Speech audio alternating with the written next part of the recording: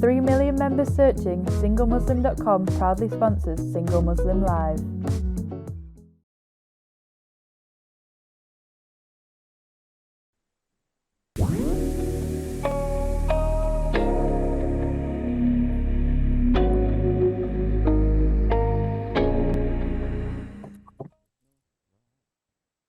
Assalamu alaikum and welcome to Single Muslim Live here on British Muslim TV, sponsored by SingleMuslim.com. I'm Fahima Mohammed, your host and relationship coach. A very warm welcome from all of us here on British Muslim TV to all of you viewers, whether you're streaming on Facebook or Twitter or live on Sky Channel 752. We really love having you on the show. And again, we have another topic for you tonight, which is from broken hearts to marriage champions. You can definitely join in the conversation with myself and my guest tonight, and you can call into the studio live by dialing 01924231083. Please do ask the bill payer's permission, as standard network rates do apply. However, you have got an alternative method where you can actually send us a message anonymously, and we will read that out to our guests and hopefully get your queries, comments, or questions answered on our free WhatsApp service. And that number is 07585835150. Now, I don't know about any of you who've been watching and how much you know about the show, but we have been running Single Muslim Live for the last 2 years, since 2020, the beginning of January, before the pandemic. And it's been, subhanAllah, running successfully every single week live with a variety of guests from across the globe, as well as so many different topics that have been handled and tackled. And we actually started off not at the very beginning with any guests, right? I was the only one speaking. But we decided after a few weeks that we're going to invite guests on the show. And like I said, there's probably many of you who haven't actually watched it from the beginning. So I'm just giving you a little bit of an insight that our very first guests were actually a special couple. They were married but living at a distance. One was in America. She is a revert Muslim, American. And we have a British Asian man who is living in the UK. And because of, whatever the problems were of getting them together, it just didn't happen at that point, but we still managed to get them on the show to discuss about distant relationships. However, 2 years have passed and their journey is still continuous, but they've moved on so much. And they're with us tonight together in the UK, living now. And I would love to welcome back Victoria and Taf. Assalamu alaikum. Walaikum salam. Walaikum salam. It's so good to be here, Fahima. It's so lovely to see you, mashallah. Deja vu. I am absolutely ecstatic. It's so exciting to see the two of you sitting together, because it was quite heartbreaking to see you in the last episode a couple of years ago, where it wasn't just about the distance, but obviously hitting into the pandemic and not knowing and having uncertainty as to how you guys are going to meet up, because you used to travel regular and things like that. But it was still a challenge, right? Now, we're going to be discussing from broken hearts to marriage champions. You both have a huge background as to where you've come from in your journey of marriage and life, and even in your careers.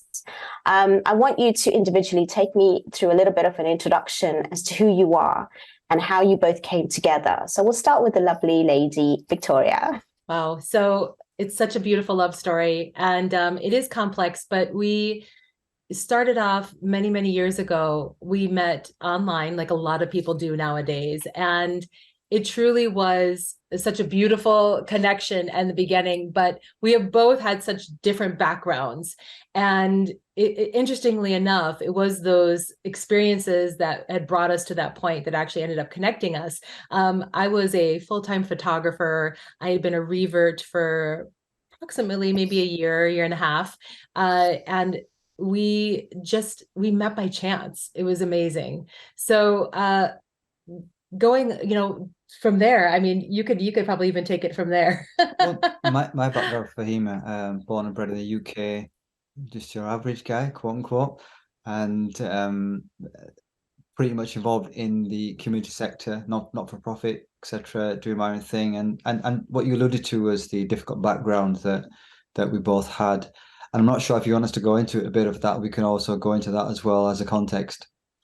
Absolutely. Yeah. Well, you guys are very humble, actually. You're not very ordinary, especially Tab. I know you do a lot of work, and I appreciate you saying that. But honestly, you guys are champions to struggle and making it work, and you actually talk through it. So tell me, Tab, tell me about the struggles of, your journey into, marriage, especially before meeting Victoria, and how you got to where you are right now. And, where is it that you actually found that sort of like weakness turn into sort of power in order for you to be where you are right now?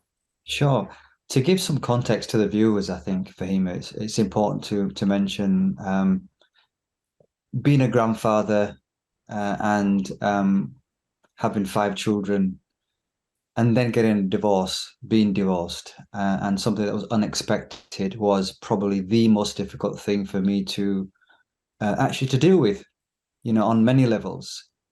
When I was a lot younger, I used to think that anyone who was around 50 years old was old.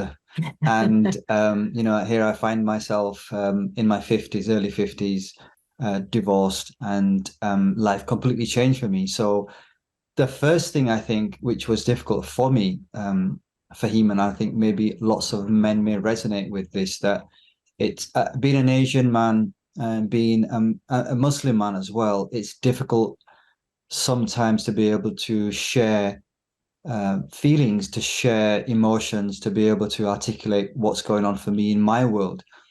And I think that was a very real scenario for me, and a reality that I had to live in, day out. And I didn't find any help or support from anywhere. And to be honest with you, Fahima, and the viewers, it was a struggle. It was a struggle. And I remember saying that I think I was depressed, and the person I was working with at the time said that if you think you're depressed, you are actually depressed. And I just didn't know where to turn. And so that difficult scenario, and I call it the pit, because there's many layers to it, and I can explain that at some point if the need arises, was a dark hole. And there was just me, myself, and I really trying to climb out of that hole when the days were good, and I wanted to climb out of there. But it was by some miracle of Allah that, I suddenly had an epiphany, and really I had to climb up myself with every piece of energy I had and all the belief I had within me that there was some hope. And so the journey began, and the journey began in such a way that it completely changed the view I had of men, of women, of divorcees, of the world, and how relationships work. And I realized that if I can do this, then anyone can do this, as long as they have the right help and support around them. Anything's possible. Wow. I really do appreciate the fact that you are sharing such a personal story live, especially here on this platform, and you feel safe to do so.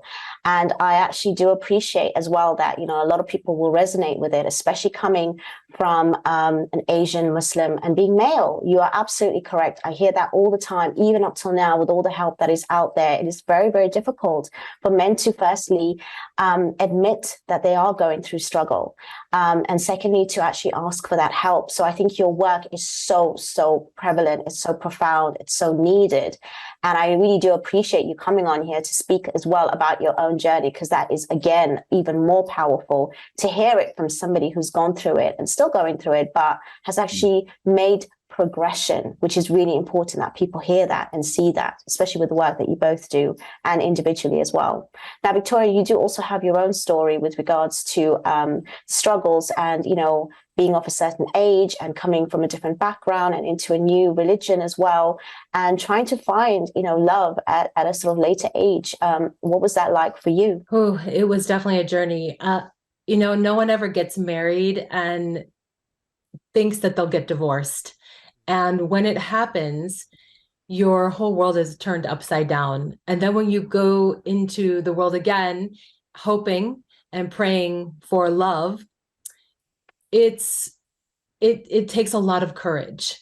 And when Tav and I had met, it was definitely one of the things that ended up connecting us the most was that experience and that pain that we had both gone through. And, you know, for me, not only going through a divorce, but then entering a new religion, I myself am also a grandmother and have children. It was very multi-layered. There was a lot of complexity there. And I knew for myself that I had to really connect with somebody who could not only empathize with me, but could really be able to relate to me on a way that someone else maybe who had not gone through that couldn't have. And so that was so important. And that was one of our biggest connectors. And, you know, when you're divorced, you get so worried and so scared that, one, no one is going to want me. Two, I'm expired and my time has come and it's done. And now it's just about me. Love is just a far-fetched thought. And whether, you know, someone's been divorced once or twice, it is a difficult struggle. So for Taf and I to meet and to connect on that was really, it was just the beginning of our story. And little did we know that it would actually lead us to do the work we now do today. Alhamdulillah. Amazing. Again, both of you, mashallah, I would never say you were firstly grandparents, and you're absolutely right. 50 of whatever is definitely not old. Looking at you too, mashallah, it's really, really amazing to know that there is definitely also hope out there after divorce, after a certain age. I think that's really important, because I think a lot of even young people that go through struggle, they just feel it's the end of the world. So your story is really, really important tonight. I also want to add that if anybody is triggered by tonight's topic, discussion, anything, please do reach out. We do have support here, and if you want to contact on BritishMuslim.tv/support, please make sure you do, and we can obviously advise further on that. This is definitely a show which is giving you some real truths, real stories, addressing some current everyday issues around relationships. You think that relationships is just about, families, homes, marriages, and divorce, but it's so much more in depth. And we are actually coming into a break, and we're going to be actually talking to Taf and Victoria a lot more in detail. I do have a questions that's already come through, but I will take that after the break. Please keep sending them through. It's really important. It's a special show tonight, as we have our guests come back where they had been on the show when they were living miles away in different countries, and also coming tonight together, living and going through such an enormous journey, each one on their own as well as together. And more importantly, how they help others. And inshallah, we will see you shortly. Salam.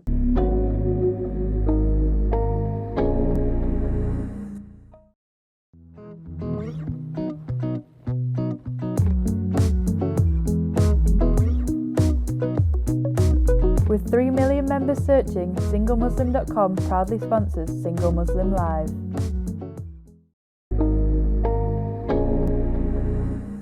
Assalamu alaikum. Welcome to Single Muslim Live here on British Muslim TV, sponsored by SingleMuslim.com. We have the wonderful Victoria and Taf with us tonight, discussing from broken hearts to marriage champions.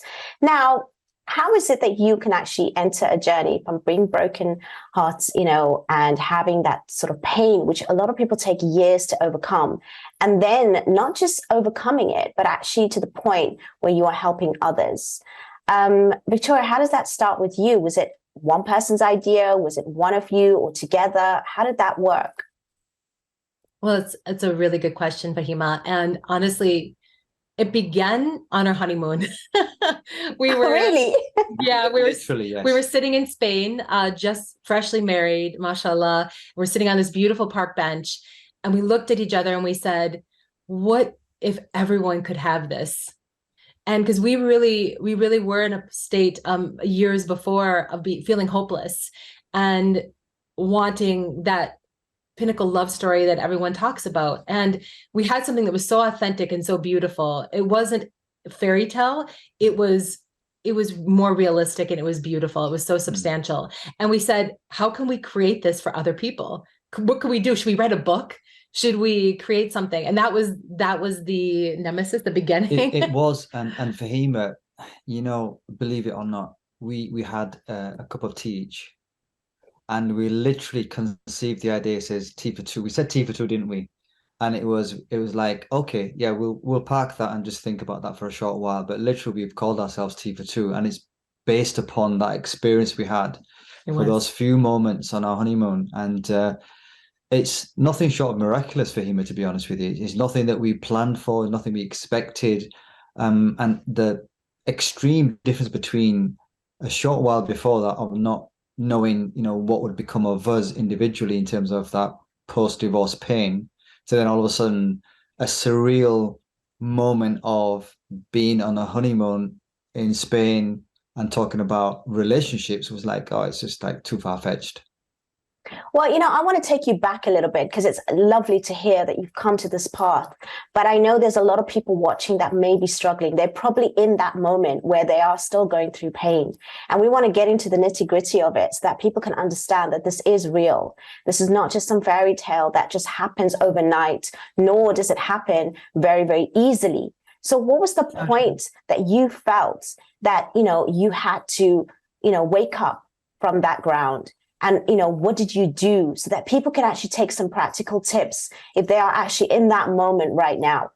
How about you, Victoria? Yes, go ahead. Yeah, I think it's very interesting. This is an amazing question, mashallah, because Taf and I, unbeknownst to us, had both been going through a profound healing journey before we met, and really were intentional about healing that broken heart. And we really feel that's what led us together. I had taken an entire year to focus on myself and my family, and I began to travel and really do a lot of mindset work for myself. I was not a certified coach at the time.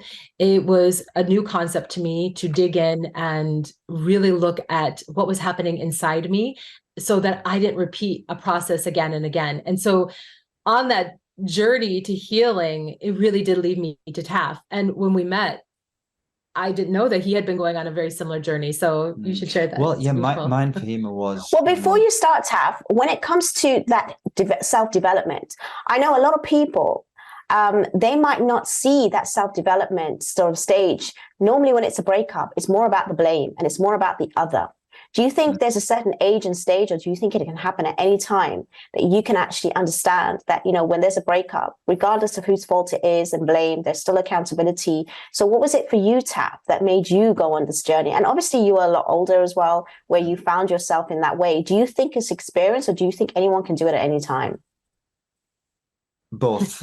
Yeah. Both, I'd say. But the most important ingredient for Hema and for the listeners is this, that what was difficult for me, Fahima, and going back to that, being an Asian, being a man, and having grown up in a household where the male figure is very emotionless and doesn't show emotion to anyone, let alone you as a child growing up and feeling that warmth, that love, that connection. So for me, the most important thing is that number one is there has to be some acceptance within ourselves that what was the role that I played in this breakup.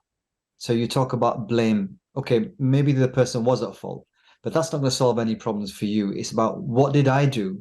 What is the what did I not do? Or what did I not do? And so the biggest hurdle that I had to come over was denial, self-denial, that I actually had a part to play in this.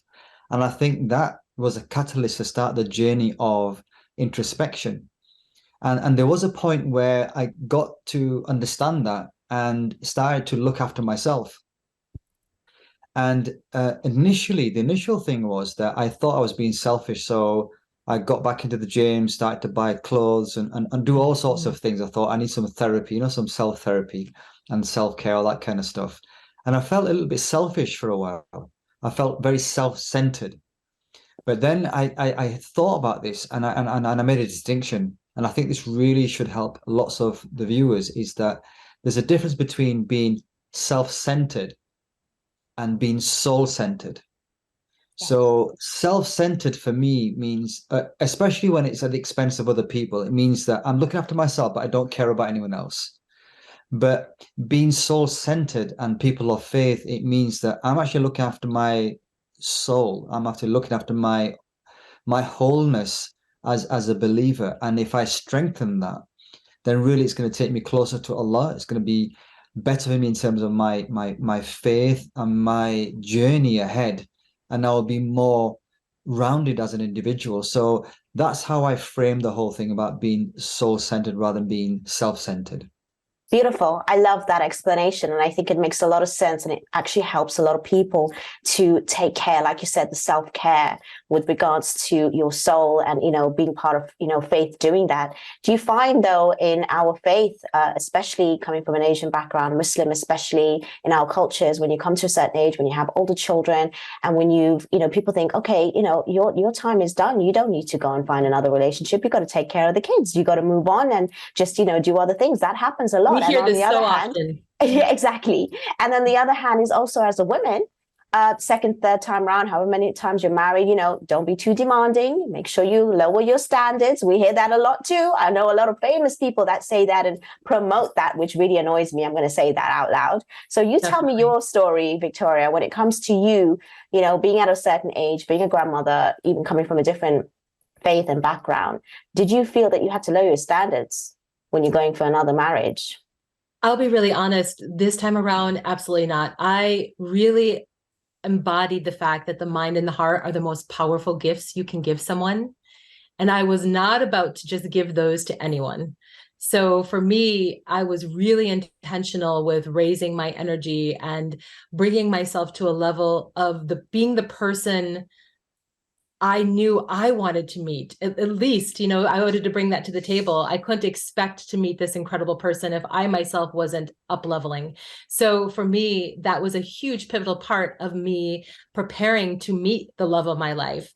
And if I hadn't done that work, I truly believe I probably wouldn't have met somebody that was as compatible and as good for me as Taf is, alhamdulillah, if I hadn't done that. And it's so, so important to keep those standards high.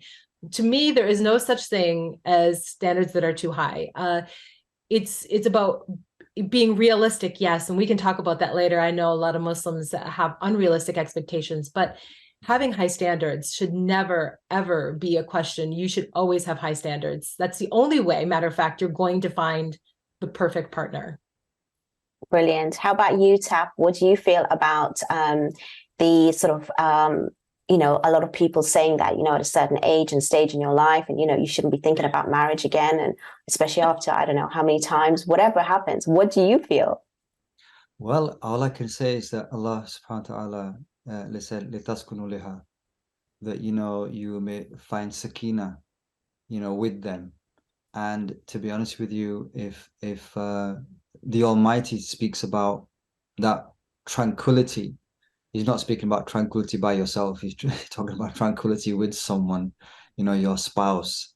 And that then leads on to mawadda and rahma, love and mercy. For me and my understanding is this, that we should never deliberately create a situation where by ourselves. Rather, it's the opposite. We should work on ourselves if we're divorced or if we're not married yet, to a point where we raise ourselves, the energy, like Victoria said, to a point where we find our equal, we find the person that really was meant for us, because that's where we complete half our deen, right?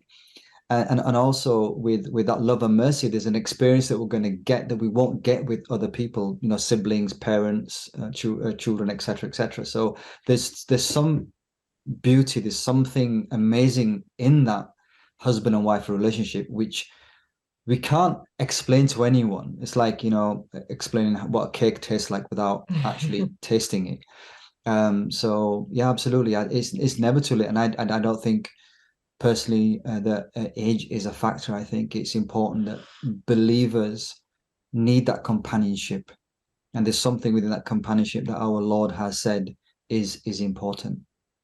No, that's absolutely true. Love has no age. And I think you are now embodying, what we are going through in this day and age, where people are getting married even, a lot older.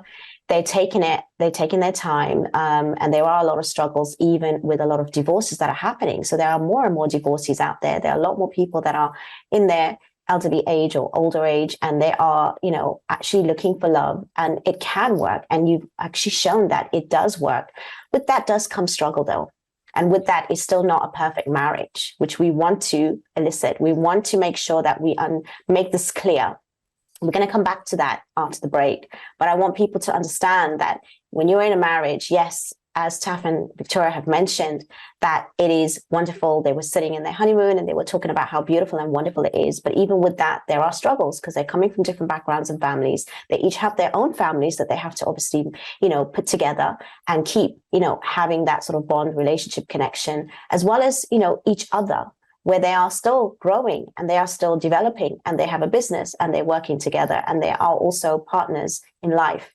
So we're going to come back to you with that. And we also have a couple of questions, which again, I've got so much, but I'm not even getting to those questions yet, but they're definitely coming through and I will get to you. Please bear with me.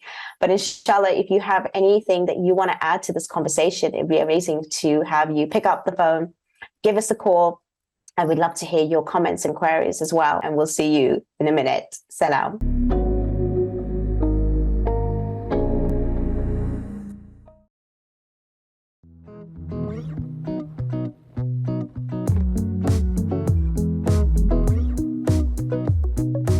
With 3 million members searching, SingleMuslim.com proudly sponsors Single Muslim Live.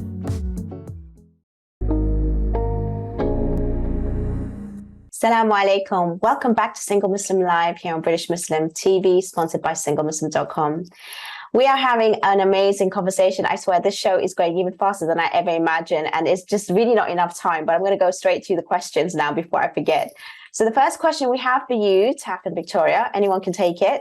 It says from a random anonymous viewer asking, seldom do we find two people with the same mindset, the same place to be open to explore new opportunities together. Some self-discovery is undertaken reactively, some proactively. How do you advise it be done interactively? Interesting. What's your response? MashaAllah, Anyone? it's a beautiful question. So Taff and I met when we were 4,000 miles apart. I was in America, he was in United Kingdom, and we had to be very intentional and very proactive about this process of getting to know each other and our courting phase. And then once we were married, we actually remained long distance for 2 entire years. And that was an additional challenge for us.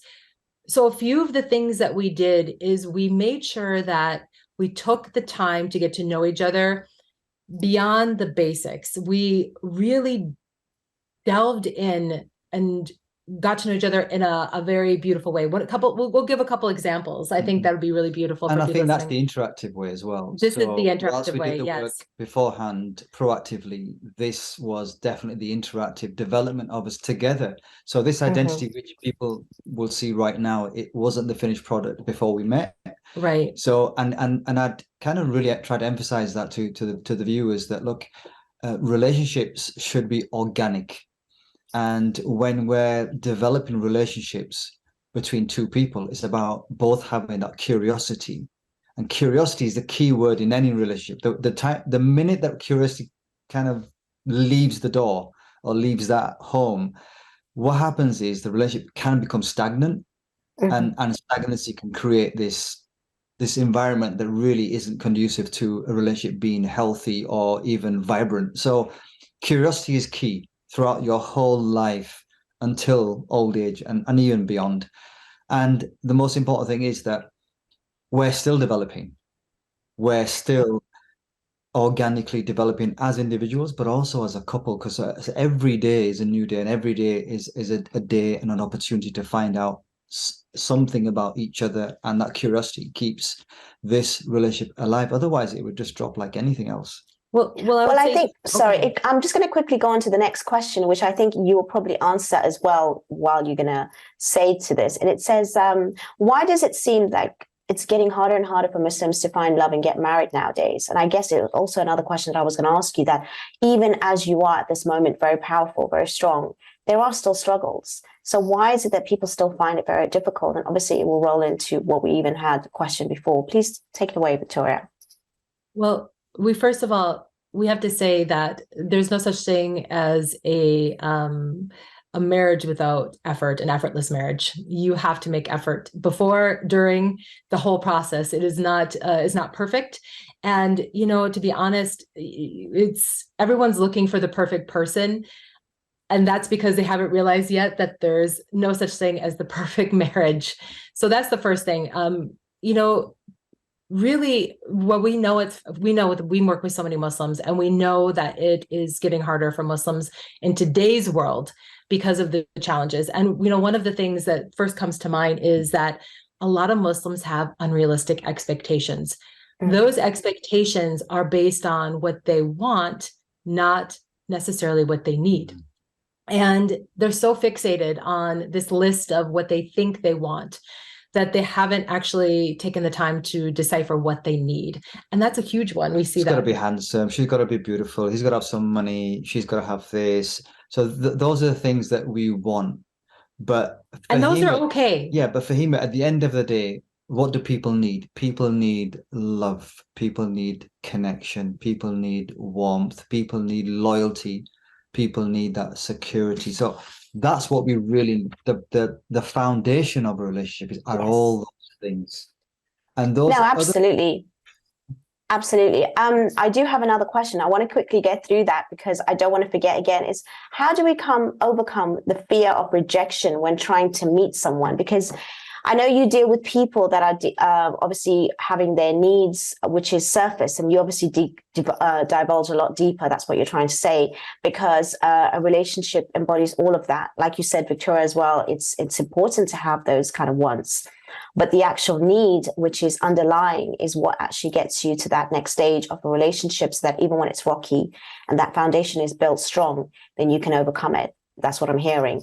So when it comes to rejection, though, because a lot of people try and they get rejected, or they actually fail in their marriage, like you've had your own experiences, not necessarily failure, where people may call it that, but rejection. And it can knock you down. Like you said, it was very painful. It was a struggle. How do you overcome that?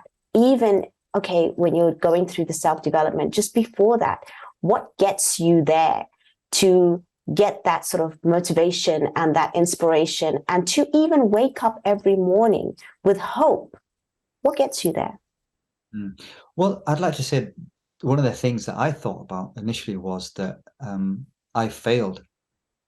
So that was what was going on in my head, that I had failed, until somebody said to me, look, you haven't failed. The relationship failed. So one of the first things we must do is not blame ourselves for what's happening. What does that mean? What does that mean? You haven't failed and the relationship has failed. I've heard that before. Explain. It's two people didn't get on. And it wasn't my fault per se. It wasn't just me who was doing everything to deconstruct or break this thing up. Intentionally, because like Victoria said, no one gets married to end up getting divorced. I mean, that's not anyone's intention, from the outset. Not that I know of anyway. But the most important thing is not to blame yourself. And the other thing as well is that when it comes to focus of attention, if I go back to your last question about some people saying, why is it difficult to find someone? Now, wherever our mind focuses, that's what we will see. So if we focus on, there's a very profound video by Simon Sinek who talks about, how skiers are taught when they're skiing downhill not to think about the trees, because if you start to think about the trees, all you will see are the trees, and you'll probably end up hitting one, right? Yes. So what they're taught is to focus on the path.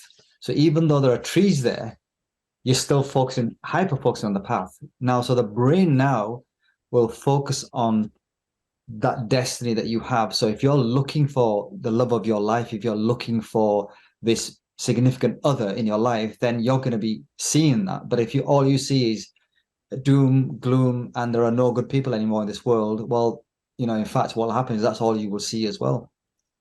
I love that, because you know what? That just really goes in accordance with science and psychology, what you've said. I love that analogy. And I think people do need to take that path in understanding human mind and behavior, because what you said is so important. It's crucial in anything in life, and especially in a relationship, because you're absolutely correct. I hear that myself all the time. We're not finding this. We're not doing this. It's all about the negative. It's all about the lack. And again, the focus is not there. And then your nervous system doesn't know what's reality and what is. So it's going to go for what you're actually, speaking in your mind all the time, that internal dialogue. So what you said is definitely backed up by science. That's one thing for sure. Well, the brain doesn't know how to process the negative. So when you say to someone, like, don't think about blue elephants, you're telling them not to do something, but you start to think about blue elephants, right? So that's how the brain works. We actually champion our clients when they get a rejection, because we tell them this is, alhamdulillah, it's a clear sign for you and what is next for you. It's almost like it gives you a directional idea of what's happening next. And we always say never to let someone else's rejection lead to your own self-rejection. One of the things that you can really deal with rejection in a better way is to really start to work on confidence. And confidence is almost always a choice. People think you're born with confidence. You are not born with confidence. I mean, a baby is confident, of course, but as they grow up, we develop a conscious and we start getting worried about what people think of us, and we're worried about pleasing others. You can work on your confidence and build that as a skill. And really don't worry, take the mask off. We say to people, be yourself, because the only way you're going to meet someone that is truly compatible for you and love you for exactly who you are is if you are truly your authentic self. And if someone rejects that, that is not your person. They're never going to be able to love you in the way you need. And I think that that's almost a benefit for you, because now it's clearing the space for you to move on to try to find the right person. I do actually love everything that you're saying so far. What direction do you take your clients? What's coming to you right now? What is the main issue that you're hearing amongst your work that's really a struggle for a lot of people? Yeah, we have been working with a lot of couples, and a lot of couples are struggling with connection and communication. And it's been a skill. Those are both skills as well. And we don't learn effective communication and connection in the families we grow up in. If love and communication is not modeled in a healthy way, how are we supposed to just guess how it works? And so a lot of couples come to us with those struggles. So that we're seeing that quite often now. That's been something that we've been working a lot with. And for me, Fahima, what I'm seeing more of is men who are struggling in their relationships, and pretty much like I was a few years back, they're in denial.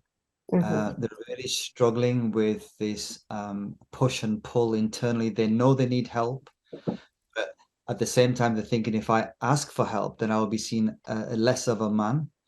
And really, what I tend to help men with, those that come forward, is to focus on themselves again, to be really in touch with their emotions, and let them understand that when you're in touch with your emotions, you become more emotionally intelligent.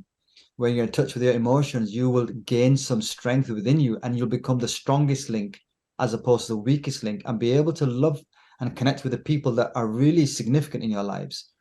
And so what I'm doing is I'm asking men to come forward, understand that this is normal behavior. There's nothing wrong with this, right? But what you will get at the end of this, if you take those steps and see the process through, you will be an incredible human being, and you will be able to serve and love and connect with those people closest to you. Beautiful. I love what you're saying. I'm going to stop you there because we are going into our final break, but we are going to be coming back, and inshallah, we're going to be continuing with the final part. Please do stay with us. This is absolutely amazing. We'll see you very shortly. Take care. Salam.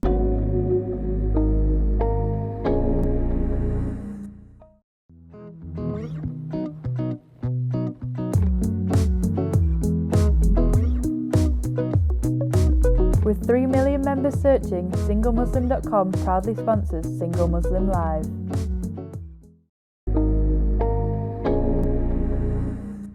Assalamu alaikum. Welcome back to the final part of Single Muslim Live here on British Muslim TV, sponsored by SingleMuslim.com.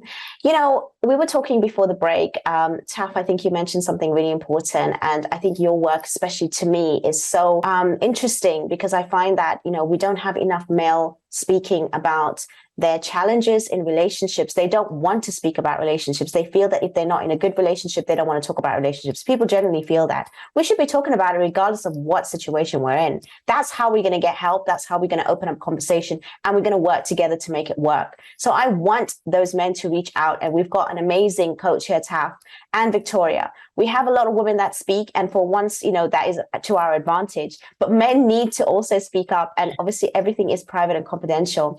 Now, I always ask this at the end of the show, but I'm going to ask you first now, like, how do we reach you? Because I want people who are watching, while they're sitting, to make sure that they get your details, because it's so important, the work that you do, whether it's together or individually. So how do people reach you? Yeah, it's T for two, all one word, .uk. Simple as that. So our website is t42.uk, and all our details. Amazing. That's brilliant. Okay, so now you were talking, generally we mentioned how loving and amazing your relationship is, the compatibility, the fact that you've come together after so much struggle, you're working, and again, you have a partnership in business and, privately. But there are still struggles in marriages, and that's what people still need to understand. So what are these struggles, so people can be realistic about the expectations, about even being in a long-term relationship and not having everything to be rosy and wrapped in cotton wool and sugar-coated? So what are those struggles that people go through? Well, we faced a lot of struggles, and we definitely say it's not for the faint-hearted to do long distance. Let me tell you, it takes a lot of courage. But the first thing I want to say is, before people are even married, they're facing challenges, and they're holding themselves back with those that mindset. And one of the things that we love to do with people, especially single Muslims, is we help them turn challenges into gifts. And this is such a beautiful practice, right? Even if you're married, if you're single, it doesn't matter where you are in your life. And it's really about making a list of everything you bring to the table in a relationship. And typically we're going to start with all of our strengths. I'm a great cook. I'm really empathetic. I love adventure. I'm open-minded. These are great. But then list all the things that you feel might be a weakness, or a challenge. And then take those things and try to imagine how that could be a potential gift for someone. Because unbeknownst to us, it actually could be a gift. And I'll use an example, for Taf and I, both of us being divorced and coming from that background, we really thought that was going to be a huge challenge and a potential barrier to meeting someone. Well, I'd hug up my gloves, as they say in boxing, retired. So for us, it actually became the ultimate connector and really allowed us to continue on this beautiful journey that Allah has placed us on, and actually was part of our story. So, for example, we hear a lot of men going, "Oh, I just don't have enough money. I don't own a home yet. How is any sister going to want to marry me?" Look, that challenge for you could be a huge gift for a woman who is adventurous and she doesn't want to settle down and she wants to build a home with you. So not everyone is looking for everything. And she's looking for a good, loyal, honest, decent guy. Exactly. So turning these challenges into gifts is so powerful in creating a different mindset, no matter where you're at. But yeah, we definitely did face a lot of challenges, and we took a lot of time and learning and growing through that to get over them. And some of the other things, Fahima, is what I'm coming across is a lot of self-limiting beliefs, self-sabotage beliefs. And Fahima, you may know this because you're studying this area. Some of those go right back to childhood. So some of the childhood traumas there, the inner child stuff, literally plays out in people's lives every single day, and some of them don't even know they're actually playing out that child. And when you talk about relationships, it could be that someone, like you said, rejection. So rejection, someone saying that, okay, we're not compatible, so we'll move on. But for a person who has that trauma, big T or small t, for them it means I'm going to be abandoned again. Because if that was their childhood experience of being abandoned, I'm going to be abandoned again. They have to literally relive that, through their body again. And it's like, it's just too much to handle. And that could potentially sometimes put people off for months and sometimes even years from considering moving on or even speaking. In fact, when Victoria and I were speaking initially, she asked me, and we weren't at that time, we just casually speaking within the first couple of weeks. And she asked me, would you ever move on? Would you ever get married again? And I said to her, sorry, that's it. I'm not going to move on ever again.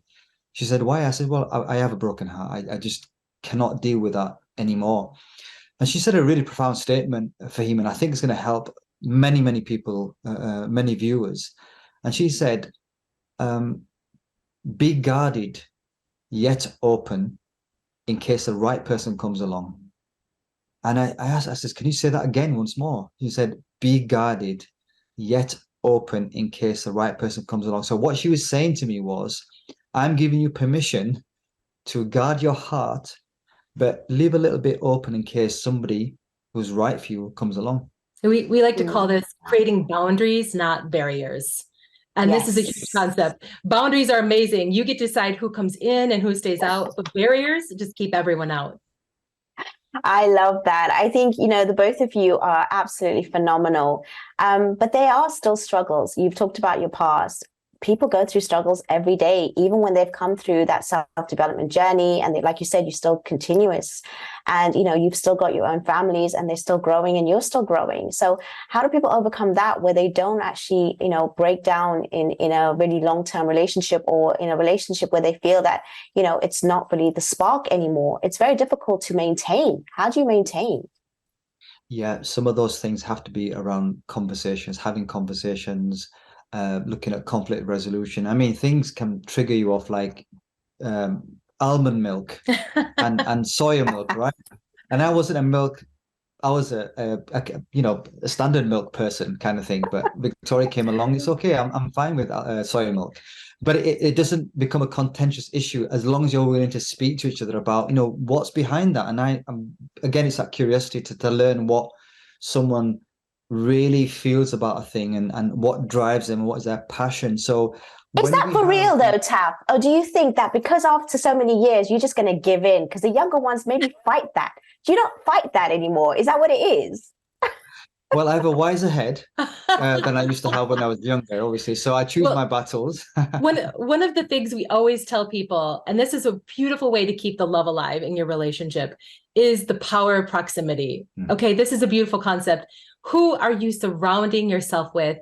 You have to be able to have people to look up to, mentors that are having incredible relationships and doing great things, whether it's on social media, whether it's in real life, it doesn't matter. And you have to be around people that you also can inspire, so that you're feeling that need to give.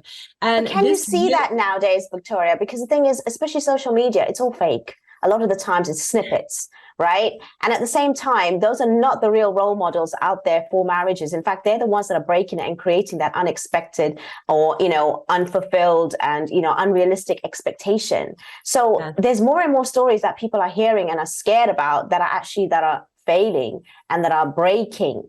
So what more could you add to that? Because I find that a scary thought of looking at the reality of this world nowadays. Curating, isn't it? It is curating. You really have to be intentional. And we tell this to people, you have to be conscious about who you're surrounding yourself with. And we call it social media cleanup. You need to clean up the accounts that are doing this. Even if it means that you go down to 100 people that you're following, so be it. That, because that is going to create what you see is what you believe, what you see and you ingest becomes your reality. If you are not around couples that are having beautiful relationships, go out and find them. They do exist. I promise you they do. We have an incredible community that we hold. It's free community online and Facebook. And we love it. And we have a lot of great Muslims in there that are married and single. And to be honest, it's a great place to get that positive, authentic power of proximity. You have to find it. I promise it is out there. But yes, it is going to take some time to weed through. And, we do grow up in families where with the divorce rate at almost 50%, we're not seeing healthy, happy marriages. We're not seeing it, but they are out there. They do exist. And you have to really be a detective. You have to get curious and ask people, how are things going for you? Your friends who are in a great marriage. Don't be afraid to ask them, talk to them about it. It's completely acceptable. No, absolutely. And I do agree that even though there's so many divorces that are actually happening, they're actually coming out of it where they are learning more and they're developing more. And actually it's working out a lot better for them. We've only got final 3 minutes left. And I'm so sad to see that, you guys are coming towards the end of the show, but we've had an incredible conversation. And again, please give me your final thoughts and also repeat that website so that people can get hold of you. Because I think, like you said, that community that you're with and the work that you do, both of you together and individually, is so, so important to our community. And I hope people will reach out to you. So take it away, both of you, for the last couple of minutes before we end. I think I'd love to just close and say that just remember that in your journey to finding love, that it could be your challenges and your differences that actually create a beautiful connection, and that similarity doesn't always equal compatibility. Like I said, sometimes those differences can actually make us most compatible. So be curious when you meet somebody and when you're in that process of learning who they are, and learn to take those challenges you bring to the table and begin to see them as potential gifts. We always help people do that. And I think that's such a beautiful way to enter marriage and to continue that mindset when you're in marriage. Few seconds for you left, Taff. Yeah, I would say never ever give up on yourself. Always keep developing who you are and invest in yourself as much as you can, because the more you invest in yourself, the better human being you will become. And inshallah, you will find that person who's equal to you. So never ever give up on yourself. Thank you. And that website again, one more time, please. T42.uk. And that's amazing. Yes. Sorry, say that again, Victoria. Tea as in the drink. Okay, perfect. So TEA for 2. Okay, thank you so much, both of you. Absolutely beautiful conversation tonight. It was an absolute honor to have you back again. And inshallah, you know what? We hope to maybe see you in the next few sessions ahead and see where you've gone even further. But thank you so much to my guests tonight, Taff and Victoria, for an amazing, enlightening conversation. And inshallah, please do reach out to them. I hope you enjoyed the show as much as I did. I think it's really important that we do understand that these shows are here to only help you in your household, to understand that the realities of problems that we are having today, but we can still overcome them. And our guests tonight have proven that. And thank you so much for all of you watching. Have a good night. Assalamu alaikum.